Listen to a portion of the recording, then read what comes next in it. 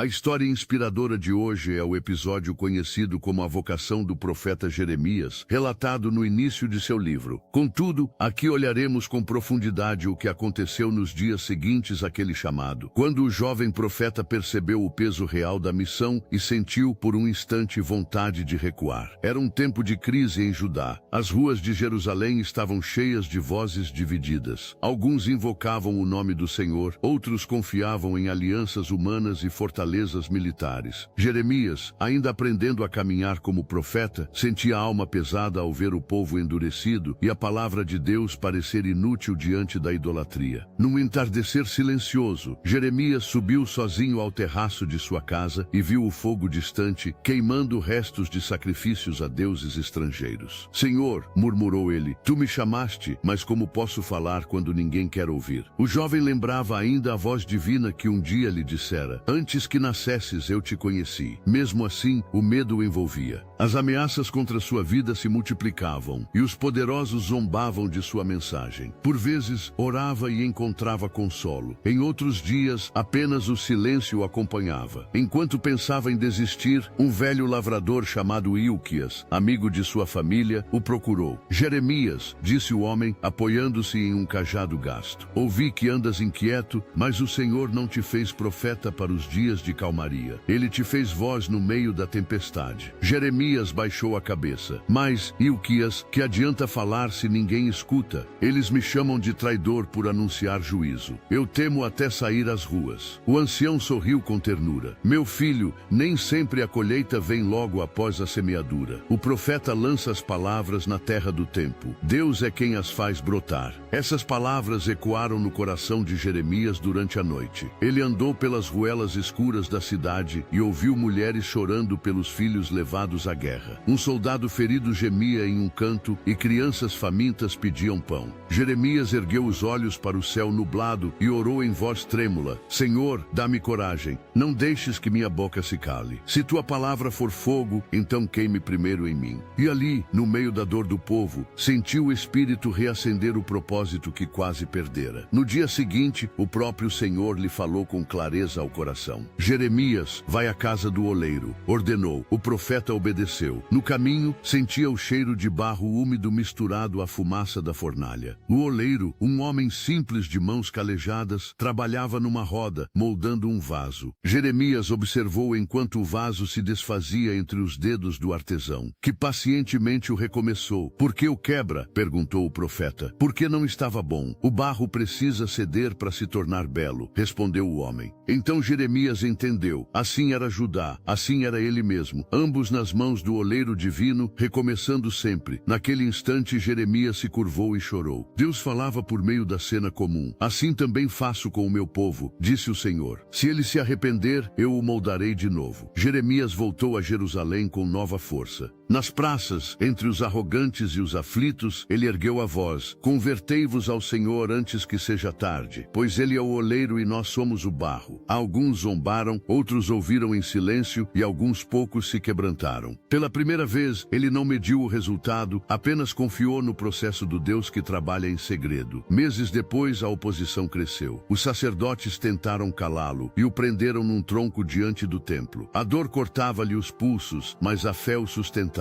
Um jovem aprendiz do templo, chamado Baruque, aproximou-se de madrugada e lhe ofereceu água. Jeremias, entre gemidos, ainda sorriu. Baruque, lembra-te, o que se faz por amor a Deus, nenhuma prisão apaga. O rapaz o olhou com lágrimas. Ainda creis, profeta? Mais do que antes, respondeu Jeremias. Porque aprendi que mesmo o barro rachado pode revelar a luz de Deus. Quando foi libertado, Jeremias voltou a escrever, ditando a Baruque as mensagens que o Senhor lhe dava. Escreve essas palavras num rolo, pediu-lhe. E enquanto o jovem entalhava as letras com esforço, o velho profeta orava: Senhor, que estas palavras sobrevivam aos reis e aos tempos, para que te conheçam. Houve perseguição, houve destruição, mas o texto resistiu. Séculos depois, ainda se leriam as lágrimas de Jeremias como sementes de esperança. No fim da vida, já cansado, o profeta contemplava ao longe as ruínas de Jerusalém. Muitos de seus alertas haviam se cumprido. O povo fora agora levado cativo, o templo ardia em cinzas. E mesmo assim, Jeremias sussurrou: grande é a tua fidelidade. Ele compreendeu que a fidelidade de Deus não depende da força humana, mas floresce onde há rendição. O mesmo Deus que permite a quebra também promete restaurar o vaso. Era essa a nota final de sua profecia. Não há queda tão profunda que o oleiro não possa refazer. Hoje, quando olhamos para nossas próprias rachaduras e desesperos, podemos lembrar o oleiro e o seu barro. Nem todo recomeço é fracasso. Às vezes é o toque do Criador, ajustando forma e propósito. Como Jeremias, também somos convidados a confiar mesmo quando o mundo parece ruir. O barro nas mãos de Deus nunca está perdido, está em processo. Se a espera lhe pesa, se a resposta demora, recorde: o oleiro trabalha em silêncio, mas com amor eterno. Confie nele. E se esta história tocou o seu coração, curta e compartilhe com alguém que precise lembrar que Deus ainda molda vidas todos os dias.